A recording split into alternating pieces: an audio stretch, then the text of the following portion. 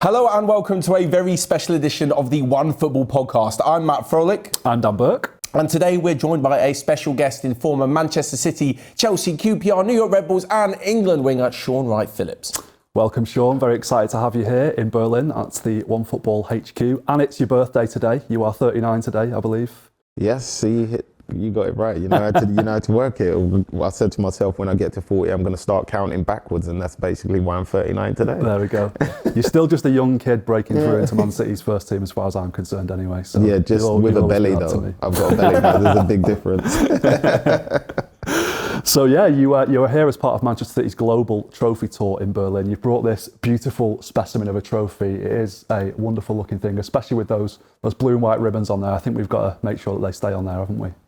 They'll definitely be staying on there. I haven't got a problem, or I'm not even worried about that at the slightest. And it says Manchester City, Liverpool. Don't remember them winning it. No sign of Tottenham on there though, Matt. I don't think there's any sign of that. I'm not going to take this abuse on the podcast. We've got that out of the way early. Okay, that's your one. Someone said earlier this is as close as Tottenham are ever going to get. No, they said OneFootball has got more trophies than Tottenham today. That's what they actually said, yeah, which is, We'll redo this end of season. Redo this and we'll see. Yeah, we will see. Yeah, we've got plenty to talk to you about today, Shaun. We want to start by looking back at your career at City and going right back to the very beginning. Now, you did actually start out at Nottingham Forest, but you left Nottingham Forest because they rejected you because you were too small. Is that right? Yeah, it was Paul Hart and Steve Wigley. They basically, after saying to the family that I'm going to get a YTS contract. When it came to sign it, I had left and gone back on the train with my family, and then I got the phone call basically saying I was too small and not good enough, not what they wanted. How did that feel at the time? Quick reality check, to be honest with you. That was my first, I'd say, real mental challenge within the sport. You would have been how old then, like 15, 16? Yeah, 15, 16. Yeah, it's one of those, you kind of have to take it on the chin. It could have gone either way. It could have gone me just not bothering to try again, or me doing basically what I did, and I just kind of tried to use that negative side of it and prove to them it doesn't matter how basically small you are, you can do what you want. Do you think football's changed since then? Do you think like the game is viewed a bit differently in terms of like the physicality is a bit different now, and sort of smaller players are now, a bigger deal in football, and it's not, you don't have to be some big burly bloke? When I was coming through, the players that were playing in the men's time at that time that was playing was like Unsworth for Everton, who was like a monster, effectively. Do you know what I mean? So the Rhino, they used to call him, didn't they? Yeah, he was like a very big guy. But I grew up when I was like a baby playing with kids 4 years older than me and massive compared to me, and grew up getting kicked. So to me, the height never really bothered me. Yeah. Who do you think did more for sort of tricky, diminutive players, you or Lionel Messi? Giorgio Conclatzi. Hey, great answer. That was a great answer. I always think, if you were to come through these days, do you think your position would slightly change somewhat? Because I feel like a tricky winger would maybe be on the left, kind of cutting inside, and that might have changed your position? No, I don't think it would have. Like, I played on the left a few times. I think what it would have done is that I wouldn't have had to defend as much as I did. I think a lot of attackers, especially in the 4-3-3 or 4-2-3-1 system, the attackers are a lot higher, and most presses, defence start higher rather than when they get over the halfway line. Yeah. And did you say, was this Paul Hart later of Portsmouth fame? Is it the same guy? And the Steve Wigley that came to Man City at a point as well and was assistant coach. Were you still there at that point? Yes, I was going to say, did you kind of bump into them later in your career, like told you so? Steve Wigley a lot, but Robbie Fowler and Steve Mack took care of that for me. I didn't have to get involved. They did all the banter for me. I just laughed it. Oh, okay. That must be nice inside, though. You're like, yeah, I showed them. No, I never really did it to prove anybody wrong, to be honest with you. I just enjoyed playing football, and I just wasn't going to let anybody tell me that I can't make it or I wasn't good enough. Yeah. It was Joe Royle who gave you your debut at City, if I'm not mistaken. I remember you coming on as a sub once in those massive shorts. Paul Val away. Yeah, that's right, yeah. But it was, I think it was Kevin Keegan who sort of brought out the best of you in that first spell at City. Would you agree with that? No. Oh, okay. To be honest with you, I would have to say it was more Joe Royle than Kevin Keegan. Oh, okay. Because if you remember, there was a spell where Kevin Keegan wasn't playing me. Didn't play me for a while because he basically said I was too small to play right wing back because of the balls coming in he at the played back you there, post. didn't he? Yeah. There you go. So it took like half a season for him to play me, and that was down to a lot to do with the fans and the media that kept asking why am I not playing, and then he played me, and then it just didn't. Then I played after that, to be honest. What would you say was your breakout season at City? Because I always think of that one in the Division 1 season when we got promoted, when, you know, Burke, Ali Benarbia and all that. But that was maybe this year after for you, was that? I think it was my actual first full season. I think it would have been where I didn't score a goal, but I was coming close. I thought that kind of showed people in a way and who I was and what I was capable of. Although I didn't score a goal, I tried to be dangerous all the time. So I think for me, it was my very first full season. And what would you say is your best sort of memory of that first spell at City, your best moment? I don't honestly have to say, my first goal, to be honest with you, like I said, it took me a year to score, and the time that I actually scored, it was at Millwall, and we never had no City fans there because of obvious reasons. So yeah, I'd have to say that day. And that was a big rivalry at that time as well, City and Millwall, wasn't it? Yeah. Yes, it's really? massive. Yeah, we used to have a big rivalry. Yeah, it was a massive rivalry. We were talking here like 2000, right? Yeah, so like maybe 99, before 2000, around that time. It was really big rivalry. Yeah. I always just assumed that every team just gets a bit annoyed heading to Millwall. But they don't realise like a specific rivalry. Oh my God. Is that tough to deal with though when you get there? Is it proper? Because wait, that was the old Den then, wasn't it? Yeah. Yeah. So the new one, so it was really good atmosphere. Well, it was all Millwall, wasn't it? Because City fans were banned, sort of thing. So it was interesting. But I think that was an important step, especially in my career. Oh, wait, so you scored your first goal without City fans there? Yeah. Oh, that's a bit... Darren Huckabee clapping in front of the away end, yeah. Empty away end, yeah. I thought you were going to say your goal against United in the 4-1 was that your favourite goal that you scored for City, would you say? No, my favourite goal was against Arsenal at Highbury. That was a stunner, yeah. Yeah.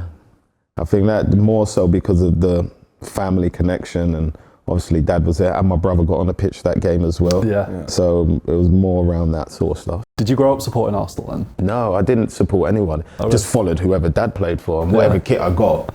You got as a kid, you know, when So you're a kid and you get a one kit. point. No, I was too old then. I turned that one down. Oh God, yeah. What did he say after the goal at Highbury? He just laughed, to be honest with you. He would have been happy if if I'd scored and we had lost 4-1 or something like that, but we didn't. We drawn. And for me, like when that happened, that was kind of like the turning point for City in general. Like we started picking up points against teams that we wasn't picking them up from, like the big so-called five. And then since then, City has just gone onwards and upwards.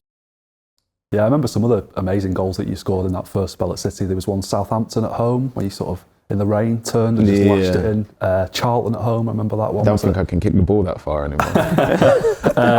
I remember you nutmegging Paul Scholes at Old Trafford as well. That was a great goal. Only a consolation. That was my first derby goal, actually. Yeah.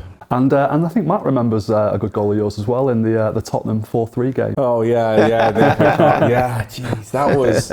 I don't think I ever forget that. That was the first time where I was like, football doesn't make sense to me. Like, it was 10 men as well. Why the best team won on the day? I was thinking, like, this can't... I remember watching it at home thinking 3-0 up half time against 10 men. Like, it's cool, we're fine. That just literally, football didn't make sense from that point onwards. So I've learned to expect the unexpected. Because when John Mackin scored that winner, I was like, I can't believe this is happening. That must have been an amazing game to play in. No, it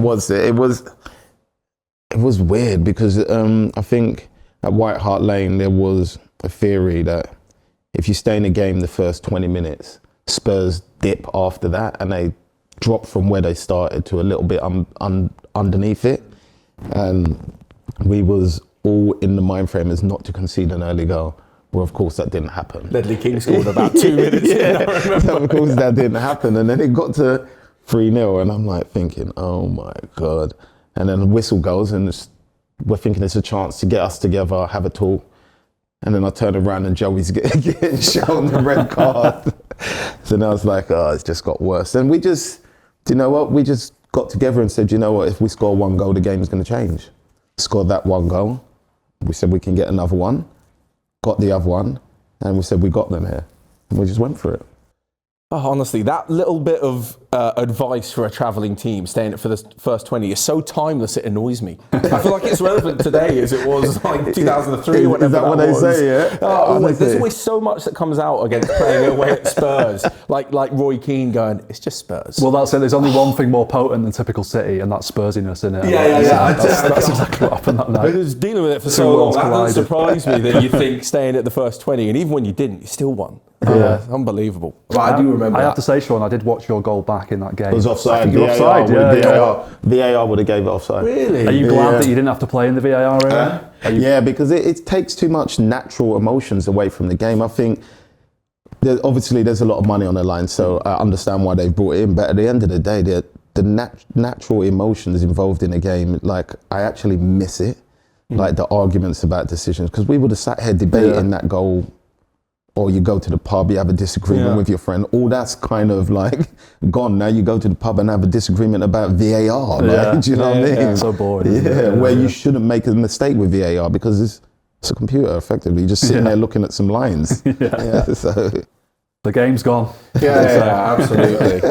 All them old emotional moments, nothing. Can you imagine we'll get onto it later, the final day.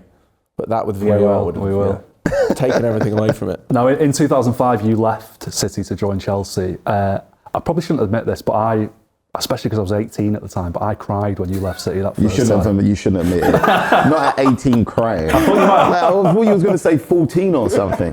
I thought you might take this opportunity to apologise, but I can't apologise. It wasn't my fault. It's all the club. The club decided that wasn't no. What was going through your head when that transfer was going? I think it was possibly the hardest moment in my life. Because I was young. In my head, I was like, I would say like a naive kid, I thought you can just play for one club for like the whole of your life. Yeah. But I suppose when you do as well as I was at that specific time, other teams want you. And depending on, say, your club's situation, whatever it may be, they might have to sell you. And that's basically what happened, which I didn't find out until a year later, which was the reason. So I didn't want to leave at the time. So it was a very tough decision for me. Yeah. But I've forgiven you anyway because you did come back. Right, I forgive you too then. And that was a great. I was at your second debut, Sunderland away, scored twice. Didn't you? That was a great day. Yeah. What was it like coming back to City? Was that an easy decision for you to make at the time? Yes, because I said in a press conference, and I said in a few interviews before, I said I would come back one more time before I retired. Obviously, it came around earlier than expected, but I did say I would come back. So. It all happened quite quickly though. I think there was a conversation to do with obviously the World Cup coming up and stuff like that, and I needed to be playing week in, week out to obviously get myself on that plane, and there was a few other clubs interested at the time, and then my agent phoned me at the time and was like, Mark Hughes wants you to come back, and I was like, what, back to City? He said, yeah. I said, all right, just get it done now then. Like I didn't think about it, and then the next day I was at the training ground, and like as if so I'd never left in Carrington, and we just kind of just got on with it. I trained Thursday, a little bit Friday, because Friday is obviously the lightest session, and I just assumed that's done, and I was gonna just go back to London, get my stuff, move it up to, and then Sparky said to me, Mark Hughes said, "You all right to travel, right?" I was like, yeah, why not? He said, "Do you think you're fit enough to play?" Obviously, I'm going to say yeah, because I wanted to play. I said yeah. And then after that, the rest is history. Dream second debut. I remember travelling down to that game and someone said, we've signed a player called Pablo Zabaleta. And I was like, who's that? Zaba. He turned out to be all right. Had City changed much in the time you were away, do you think? I'd say business-minded, and to help the expansion of the club and the global success, I would say yes, massively. But I'd say internally, no, even the new staff they brought in is just like one big happy family. Like everybody's on the same level. They always try to help each other, and it's been like that from the day I signed when I was 16. Yeah, because you didn't sign for the City of now when you came back. That was just before. It was 48 hours before. Should have left it a bit later, shouldn't I? Wish the transfer window was 2 days. I didn't. There was rumours about it, but I didn't. It wouldn't have really made any difference, to be honest with me. I was always already going back anyway at some point, given the chance. Now, Shaun, you were part of that City team that won the FA Cup in 2011, the first trophy in 35 years. But a year later, when City won that for the first time, You were, well, you've got 93-20 on your jacket there, but you were playing for the opposition that day. That must have been a really strange day for you. I've had this conversation so many times.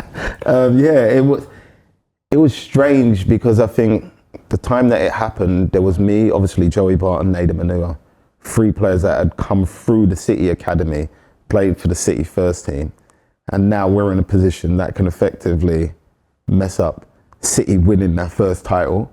Nader, lifelong City fan, been a ball boy and everything. Joey just has City in his heart, and I obviously before that time had become a City fan as well, and I was like, we just have to go there and be professional, because I think at the end of the day, our life was on the line as well. It's like, we lose, we're going down to the championship. We don't want to go to the championship. And it was just so much of like a coincidence that we just happened to be in this position. And then when we got there and we was leading, because we went there with every intention to win. We was obviously leading the game and it was all in our control. And I think now I look back at that time, I think it was more of the occasion that the City players like were all overwhelmed with it. And after that first goal, then they just kicked into gear back to what they was doing through the rest of the season. And the change was like, I think it was something like 10 minutes, going from like 2-0 up to like 3-2 down. And I think that just showed the quality they had, especially in those attacking areas. You must have been able to hear Mancini going nuts at the City players that day as well, because that would have been your wing, wouldn't it? I didn't really care about him, to be honest with you. I just realised we had stayed up. It was, at that time, it was win-win, especially for like people like me and Adam that support City. It was a win-win. We stayed up, City won the league. So it worked out the perfect day. But you didn't know when Aguero scored that you were safe, did you? I did. Oh. Because I got told by the coaches. Right. But that still wouldn't have made a difference, because we did still try to stop him, to be honest with you. And it was almost like if J-Lloyd takes his time at that throw-in, bearing in mind we're away from home against the best team in the league at that time, take your time with the throwing, and if anything, throw it that way. Yeah. He's thrown it in, we've lost the ball, Aguero scores. Yeah. Matt, you must have fought the temptation not to join in the celebrations. I watched it down the tunnel before we left. The manager allowed me to watch it for a bit, so I saw the players lift it and stuff like that. Oh, okay. I was going to say, like, inside the tunnel, you'd be like, oh, well done, boys, and stuff like that. You're not going to run out with them, obviously. Imagine that, me running around with QPR shirts on. He pretty much did that, didn't he? He was fucking Nazareth and all sorts. Oh, I do remember this. Yeah. That's sort of, wow, that's well funny. Wait, what's the connection there? Are they Marseille? Just French, aren't they? Just mates, yeah. Funny. You've been retired for a few years now, Shaun. Do you miss playing? Yeah, you're always going to miss it. It's been my everything for every day for the past 20 years. So it's only normal you miss it. I just knew, and I was already had the mind frame from a kid that it doesn't last long. And I came to terms with that pretty early. And I think after my last operation in America, I was done my rehab, and in a way, I think City helped me retire a lot easier, because they asked me to do a job while I was doing my rehab, and I said, yeah, no problem.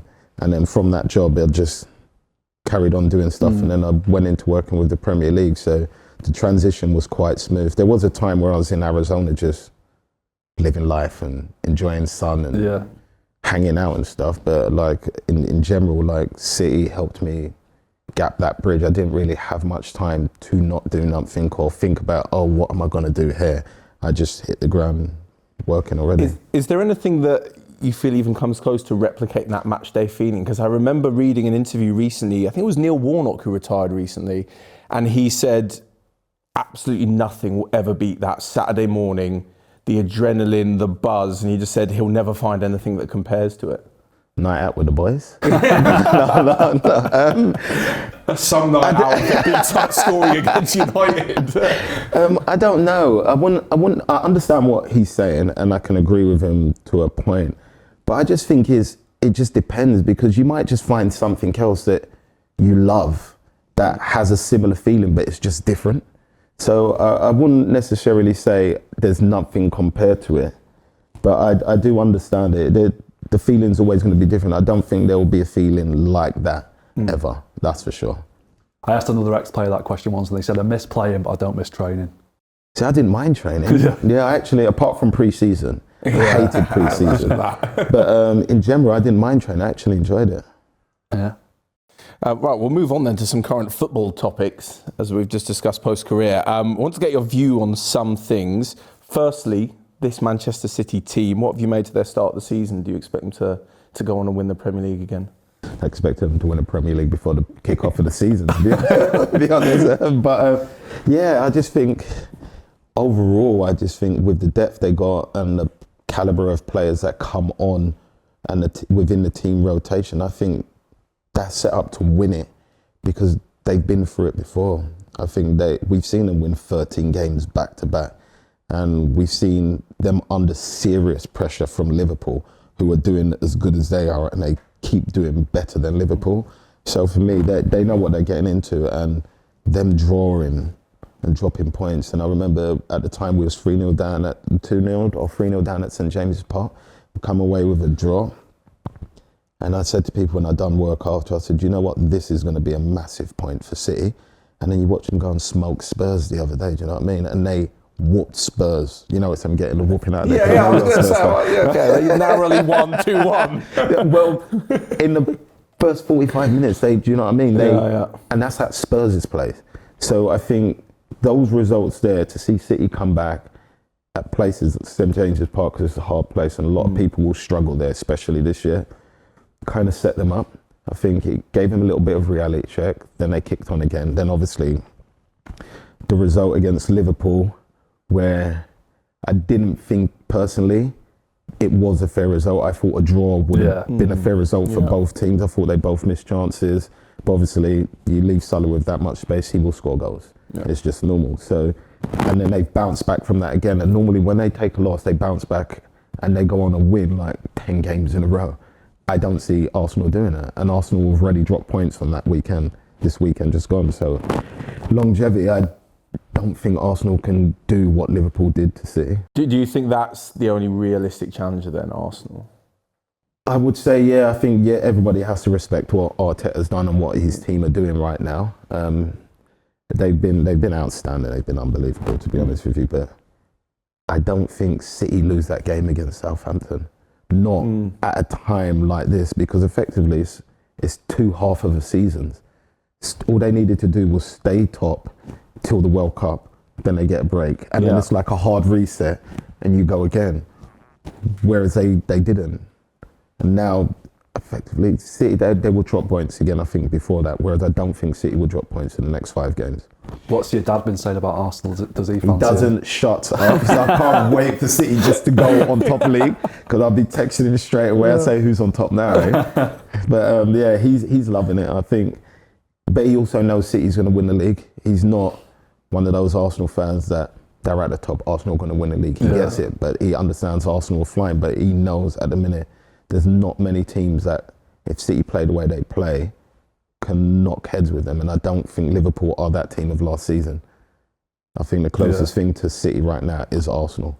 So I think we have to respect that. Indeed. So City's recent dominance, what do you think that says about the Premier League, and how much of it is down to Pep Guardiola? I think it shows how hard the Premier League actually is, to be honest with you. I think everyone beats everyone, which is, well, City rarely lose, but I mean, in general, everybody beats everybody. Yeah. So, and it's something that don't happen. If you look at some of the other leagues, the teams that are at the top normally dominate for years and years to come, whereas it's only been 2 years, and even then, Man City are neck and neck with Liverpool. Now there's Arsenal in the picture. Not sure what Chelsea's going to do. Spurs, we can see them tailing off already, and we're only, 9-10 games into the season, so they're obviously catching strays here, man. We weren't even talking about Spurs. So I don't know. No, I just think with Pep, he's evolved the game, and I just felt like all managers that are knocking around at the top, the only ones that have stuck with him is the ones that have evolved their game as well. So, and next year come up, we'll think, right, so Pep's going to do this. All the teams suss it out. He'll just move one player like 10 yards somewhere completely different, and City will kick on again and play a completely different way. And that's what's so great about the City team. He's got so many players that can play in so many different positions that affect the game in so many different ways. And I think Cancelo is like the perfect person to talk about when it comes to that, because he's a fullback that creates more chances than any attacker in the Premier League. Yeah. Like, that's just, for me, is insane. If I was an attacker in that team and my fullback was doing that, I'd be so depressed. I would definitely be doing afters or extras after training, because I wouldn't want to accept that. I was going to say, do you wish you played under Pep? But you technically did play under him at Vincent Kompany's testimonial, wasn't he the manager? Yeah, but that doesn't count. I didn't play football for a year and a half that game. And did he have the tactics board out and all that? Hamstring. He came to me before the game and he was like, Shaun, do you think you can play 90 minutes? I'm like, yeah, I can play 90 minutes. First 5 minutes, my hamstring was tight. No. Because I haven't played for a year and a half since my operation. Yeah. But I redeemed myself as Soccer Aid, so that was all right. Oh, yeah, that's right. Yeah. And have you been surprised by Erling Haaland's form this season? Do you think he could be the player that finally delivers the Champions League as well? I wouldn't say I haven't been surprised by his performance. What I have been surprised with is how quick he hit the ground running. I think I knew he was always going to score goals, because he's always scored goals wherever he's gone. And then you're coming into a team like Manchester City that create 16 plus chances every single game. It's almost like they were made for each other, because he doesn't need to want the ball. He doesn't need to touch the ball all the time, because he knows at any given time the ball's going to be in the box for him to score goals. And I think you saw that in the first Community Shield game, before they had even gelled or had an understanding. 3 times he could have been clean through against Liverpool's high line. Just got blocked out. Yeah. So you could see they was building a relationship already. And I think what's outstanding about him is his patience to not want the ball. Because most players, if they're not getting the ball for like 5-10 minutes, they go searching, they drop deeper and deeper and deeper. Whereas he's like, it's not a problem for me. I'll just wait until I get the ball in the box and put it in the back of the net. And I just think that I admire him for that. If you could pick one player from the current City squad that you would have loved to have played with, would it Kevin be him? De Bruyne. Or Kevin? He would have slipped some nice balls through for you, wouldn't he? Yeah, Kevin De Bruyne. Yeah, definitely him. He's a genius, isn't he, really? Yeah. I think people just look at his passing and what he does and his goals and stuff. But I think if you see the dirty work he does on the other side, like all the pressing, the amount of times you see him set the press off is unreal. Here's one for you, because you did play with David Silva. Is De Bruyne better than Silva? Completely different players. Fair enough. You can't put on the spot like that. He was always going to say that. They are completely different players. I think David Silva is just, I used to call him Merlin. He was just a magician. Like, you couldn't get the ball off him. I remember me and Jolien having a conversation when he first signed.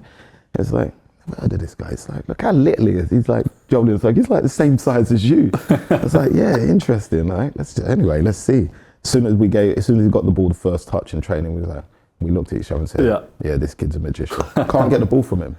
Like and whereas Kevin De Bruyne is more of a driver with the ball, and those passes he sees from anywhere is more like a quarterback, any sort of thing. So because he's the same height, does that mean Forrest would have turned Silva down as well? At that time, yes, basically. And Messi as well. Messi as well. What team Forrest could have had. Unbelievable. Do you think, I was going to say, is it almost testament to De Bruyne's genius then that he plays with so many other strikers? Because it seems to me, I can imagine him thinking, watching a few videos of Haaland, thinking this is what he likes to do. So I'm going to make sure I can be the one to provide those balls in the game. Because he's played with so many different strikers. What is it, 7-8 years now at City?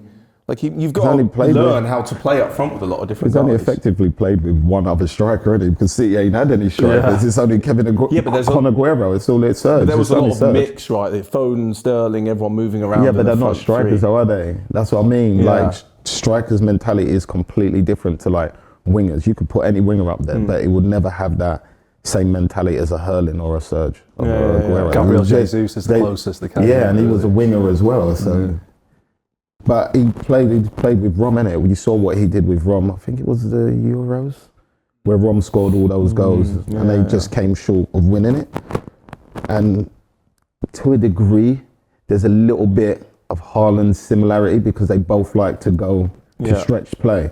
So I think he had that understanding. Kev's just a footballer, isn't he?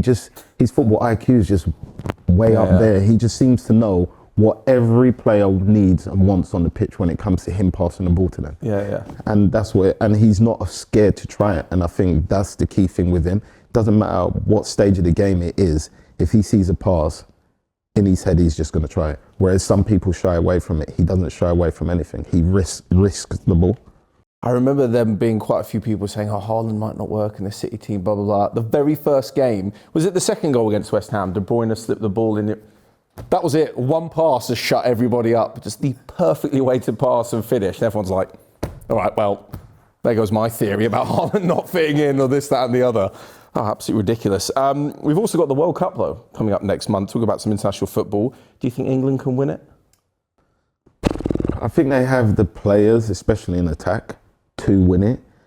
I think we've got problems in the area, I would say, of defence. I think Maguire, we know, is going to start for England, but then we know he hasn't been playing for the best part of all the season running up to the tournament. So you have to ask yourself, is he going to be fit enough? Is he going to be match ready? Is he mentally going to be in the right space to do it? So there's going to be a lot of negativity in those areas. But in general, I think if we attack the way the players we have in the England squad attack for their clubs, we're going to cause a lot of teams problems. And for us, it'll just be a matter of keeping clean sheets and taking chances, which would be with anybody anyway. But I think we have got a good enough chance to win it. Would you go a bit more attacking them from the off instead of 5 defenders? Yeah, 100%. Yeah. I think it would be better for the fans. I think if you lose and you give it a go and keep England fans on the edge of the seats where they're cheering, ooh, nearly, you'll be better off. If you go defensive and you get knocked out, England fans, we know what they're like. They're gonna get angry and agitated because they'll be saying the same thing you just said to me. Why not just go for it? If you're gonna lose, at least try and lose the right way. So that's it. They got all the way to the final of that Euros, and it was still disappointing because they still felt like they didn't really give it. They didn't have the shot after the goal. Yeah, but that's my point, and that's because whether Southgate said it or whether the players decided to do it on the pitch, we'll never actually know. But it just seemed like after that goal, they just got deeper and deeper. If you invite pressure on to you at an international level with the quality there is there, you will eventually get punished. And with this particular World Cup, how would you feel about playing a World Cup middle of the season, like with the schedule? Weird. I think it would be really, really weird because it was almost like you would have to come. Well, you're coming back, and mentally it would be so tough if you get knocked out early or you get to the final and lose. There's going to be a little backlash, and I think that's going to be the hardest challenge for the managers around the Premier League is to lift those players out that slump if they haven't won it. Because let's be real, it's going to be the majority of the players in the Premier League that are going to come back in that headspace. So that's going to be the hardest part, I think, for them is just to slot back into, we're in the middle of the season, sort of thing. Yeah. But in general, it's just strange, to be honest. Yeah, it's very strange. I feel like there's, 1 week between the final and the Premier League starting? Yeah, it's like Boxing Day again. Yeah, but I thought 4 days after is the Carabao Cup. That's the real quiz. That's what I mean. So get back in time for that Carabao game. Don't go partying and missing it if you win. Oh my God, yeah. Right, we're gonna have a little bit of fun now, Shaun. I've got a quiz for you here now. This is your specialist subject. I'm so bad at quizzes. This is your specialist subject because it's about you. So you should know every answer to this, but 100% I'm gonna get them wrong. Now, some of the numbers in here are provided by a rival website to ours, so if you think they're wrong, take it up with them. It's not our fault. Right? I'll just get that out of the way first of all. So first question, who was the opposition when you made your first ever appearance for City? What do you mean first ever appearance? Does that mean like a first friendly game? Appearance. Can it be a friendly game or? Competitive. Yeah. Port Vale. And the answer I've got is Burnley. Didn't you come on as a sub against Burnley? Came on as a sub against Port Vale.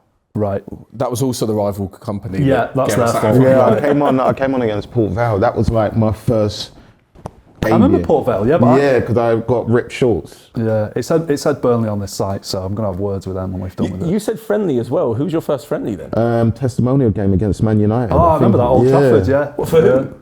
Well, clearly Manchester City. Wait, hold on. Wait, your first ever non-competitive game? My first ever appearance in the first team was against Manchester United in the testimonial. Oh my God. Well, there's that one out of the way there. Yeah, wow. I know you know the answer to this one because you said it before. Who was your first City goal against? Millwall. There you go. Now, to the nearest million, this is a tough one. How much was spent on you in transfer fees in total during your career? I ain't got a clue. Never really looked at price tags. Fair enough.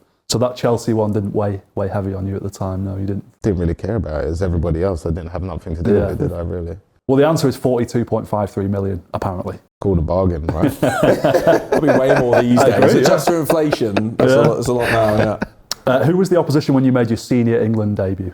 Ukraine. Correct. How many England caps did you get in total? I think 36. Correct. And this is a bit of a tricky one as well. How many goals did you score in total for club and country combined? Don't know. But I know I scored more England goals than my dad, or I had more caps. I know that one. Yeah, I actually don't know that. 71 is the answer I've got here, combined. 71 Yeah. goals. Does that seem too low? Or too No, high? that's quite good considering I was right wing back half the time. I still remember one of your England goals. I was telling down this story yesterday. Do you remember, I think it might have been your second England goal, you scored against Israel in a Euro qualifier at Wembley. Yeah. The new Wembley. Yeah. Because I'm way too young to play at the old one. Yeah, of course. I'm thinking of me as a fan. I remember visiting the old one. But it was my first trip to the new Wembley. I remember you scored. We won 3-0. And as everyone kind of settled down after the goal, this guy stood up in front of me and was like, "I love you, Shaun." And he pulled out a betting slip from his pocket and started like kissing it. And he obviously had you as first goal scorer. And it's always stuck in my head. It's like one of the Shaun Wright-Phillips memories that I've always got in my head. Yeah, that was so funny that day. A while back, I think it was 2007. Yeah, I remember you scored in your debut, didn't you, against Ukraine? Yeah. You scored the third goal, Yeah, I came on sub, didn't I, for Bex. That's a good feeling. Yeah. Just coming on for Beckham, never mind scoring. Yeah, Jesus. Right, we'll move on to a five-a-side team now. This is going to really test you. Right, a five-a-side team of best players that you played with during your career. But the catch is, you can only pick one from each of the first five teams. So we'll go one from City, Chelsea, QPR, New York Red Bulls, and England. So we'll start with your keeper. Peter Cech. Okay, that seems like a rather easy one. Was there anyone even close? No one even close? Yeah, Harty would have been close. I was going to say, I hope Joe Hart isn't watching this. Yeah, He's Joe gutted, Hart would isn't have he? been close. Yeah, Peter Cech, he was unbelievable. Yeah, I was going to say. say. He made a big goal look small, so imagine him in a five-a-side goal. Oh, you really think about this literally as well. I hadn't even think about that. Okay, I mean, I guess we'll leave the tactic up to you. Yeah, it's whether you want- five-a-side, so they can play anywhere, I guess. But No, they can't. That's why you lose your five-a-side team. You lose this. That's not why I lose five-a-side. Some organisation in there. So I guess you like diamond or 1-1-2 or 2-1-1 or whatever. Whatever your choice I would is. go diamond. Okay, so we'll start with the one defender. Company. Oh wait, should we go from? Oh, it could be one from each team, of course. Yeah. Okay, so Czech and goal, Company. That seems rather obvious as well, to be fair. David Silva's not getting in your five-a-side team. That is. But I haven't got to midfield yet. I'm only on defence. Yeah, but you've used your City one now. So One you from can't- each team. So you got one from Chelsea, Czech, one from City, Company. No, So you change it. went too early, didn't I? And you can put yourself in there if you feel like it as well. I'd never pick myself for anything. So now I have to pick So you've got QPR, England, and CVG, New York Red Bulls. Steven Gerrard, England, Okay. Adel Tarap, Oh my days, what a baller. I've ever seen his debut at Spurs and I was Jermaine like, Defoe. this is ridiculous. Jermaine Defoe. Defoe. I thought you're not going to say Bradley? I don't need to pick my brother because he's my brother. Yeah, Jermaine my Defoe. God. Yeah, That's a pretty good five-a-side. no, I can't team. even have Defoe, can I? Because it's too England. Yeah. Then you For a gotta pick second, I thought someone he from played Red for New York Red Bulls. Bulls, but he didn't, did he? No. He was at Yeah. Toronto, I think. Defoe. Yeah, it was at Toronto for the whole of 2 months, right? Correct? Something like that. Yeah. He got homesick. So I guess you got to pick Bradley now, haven't you? I have to pick him because he was the best in the MLS. Yeah, That's the thing. The record goal scorer still. Right, bruv, I didn't want to pick you, but I have to put you in there. Bradley Wright-Phillips. Isn't that sweet? Oh God. That's a pretty strong team, I would say. Yeah, that's some team. Very solid, bit of flair, Yeah. and a goal scorer up front. Yeah. So Exactly, and still 1-0. That's a miss. That's a miss. We'll put that right. They'll put it right in a few months. Yeah.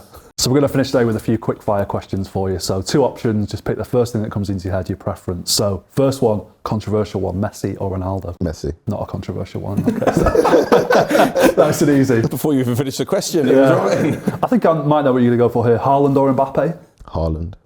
Guardiola or Mourinho? I'd say Guardiola. Premier League or Champions League? Premier League. You might hurt me with this one, Manchester or London? London. Yeah. did My mum's Yes, there. My mum's there, innit? So Fair enough. Main Road or Etihad? Main road, I have to say main road. Got to say main Yeah, road, I have Shaun. to say main road. Club or country? Club. And this last one, this was Matt's one, so I'll let him go for this one. Oh, yeah, okay. So you're playing, you put in the perfect cross or through ball, it's the most magical assist.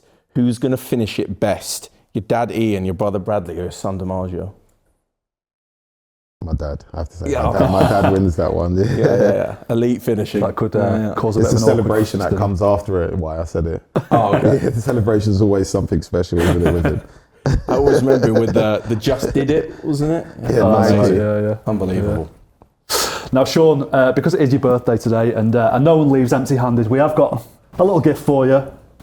A little goodie bag of OneFootball gear, some nice little souvenirs for your time in Berlin, so enjoy that. Take it home with you. I Tell don't your think mates. they're going to let me back on the plane. I've got like 2 carry We'll take this on the plane. It's not going to fit in there. You can squeeze that in, I'm sure, can't you? Thank you, I appreciate that. Thank you so much for joining us on your birthday, bringing this along with us. You've been a great sport. It's been really nice to have you here. Thank you, Cheers. man. Happy birthday. Enjoyed it.